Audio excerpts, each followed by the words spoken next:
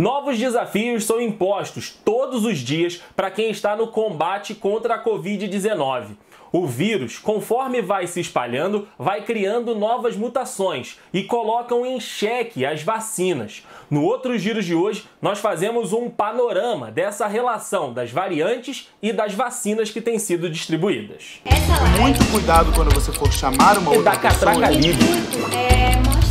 Claro, aquelas notícias que aquecem o nosso coração. Olá pessoal, Andrei Matos aqui com vocês. E variantes de vírus já são esperadas pela comunidade científica. Conforme esse vírus vai se espalhando por países e pela população, ele de fato vai mudando e os cientistas e quem está acompanhando a doença já espera que isso aconteça. E não seria diferente com o vírus da Covid-19. E vários estudos eles já estão sendo feitos acompanhando as mutações e diagnosticando essas variações, essas mutações do vírus da Covid-19.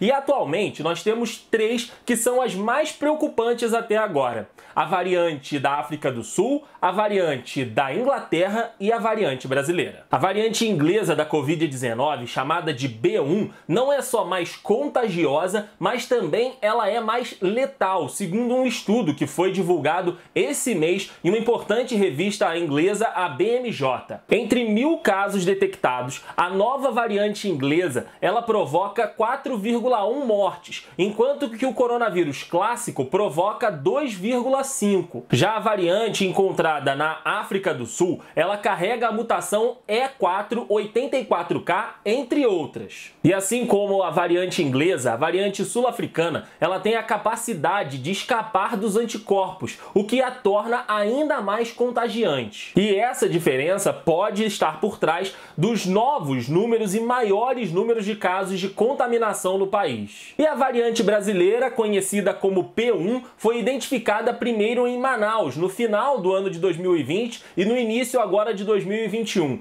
Mas a variação brasileira já foi identificada em quase todo o território nacional. Os pesquisadores afirmam que a variante brasileira, assim como também a variante da África do Sul e da Inglaterra, tem mutações que tornam o vírus mais contagioso e também mais resistente a anticorpos da doença, o que pode aumentar o número de casos, inclusive entre as pessoas que já se recuperaram da Covid-19. Além disso, a P1 seria a grande responsável por esse momento que a gente está vivendo agora, que é o pior momento da pandemia, onde quase todos os estados do Brasil estão apresentando alta no número de contaminações e alta também no número de mortes. Mas, como eu disse, as variações elas não param enquanto o vírus estiver circulando na população.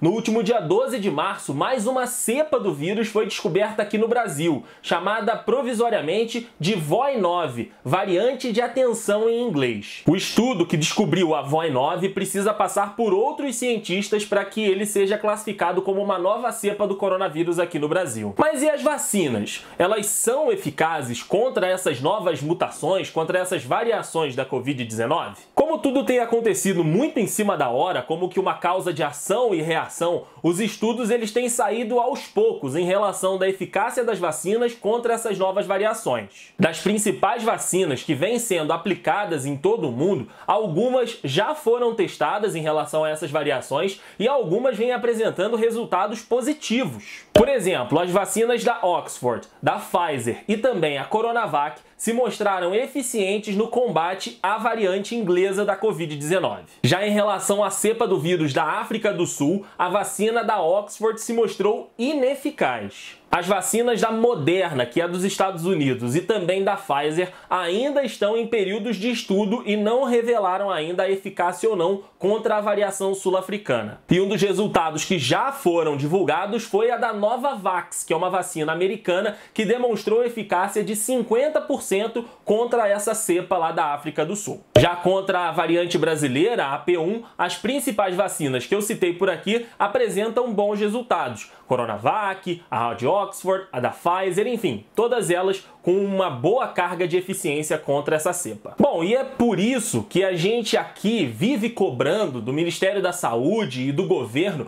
uma mudança na abordagem, uma aceleração no processo de vacinação no Brasil, que hoje está a passos muito lentos. Em 2 meses, apenas 5% da população brasileira, de aproximadamente 213 milhões de pessoas, tomaram a vacina na primeira dose. Para fazer uma comparação rápida, a gente pode olhar para o país que foi mais afetado pela Covid-19, que foi os Estados Unidos. Vacinou 100 milhões de pessoas. E o presidente americano, Joe Biden, anunciou que até o final de maio, toda a população adulta dos Estados Unidos já estará vacinada. Então, para combater essas novas variantes e para combater essas novas cepas que se mostram muito mais contagiantes e por vezes muito mais letais, é que a gente tem que ter sim um programa, um cronograma de vacinação mais eficiente, mais assertivo. É por isso que a gente fala que o Ministério da Saúde tem que mudar a filosofia. Não tem que investir em cloroquina, tem que investir em vacina. Porque quanto mais se demorar no combate, quanto mais se demorar na vacinação contra a Covid-19,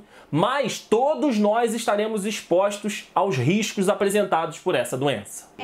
Muito cuidado quando você for chamar uma outra pessoa. Da catraca livre. Mostrar pra Claro, vocês. aquelas notícias que aquecem o nosso coração.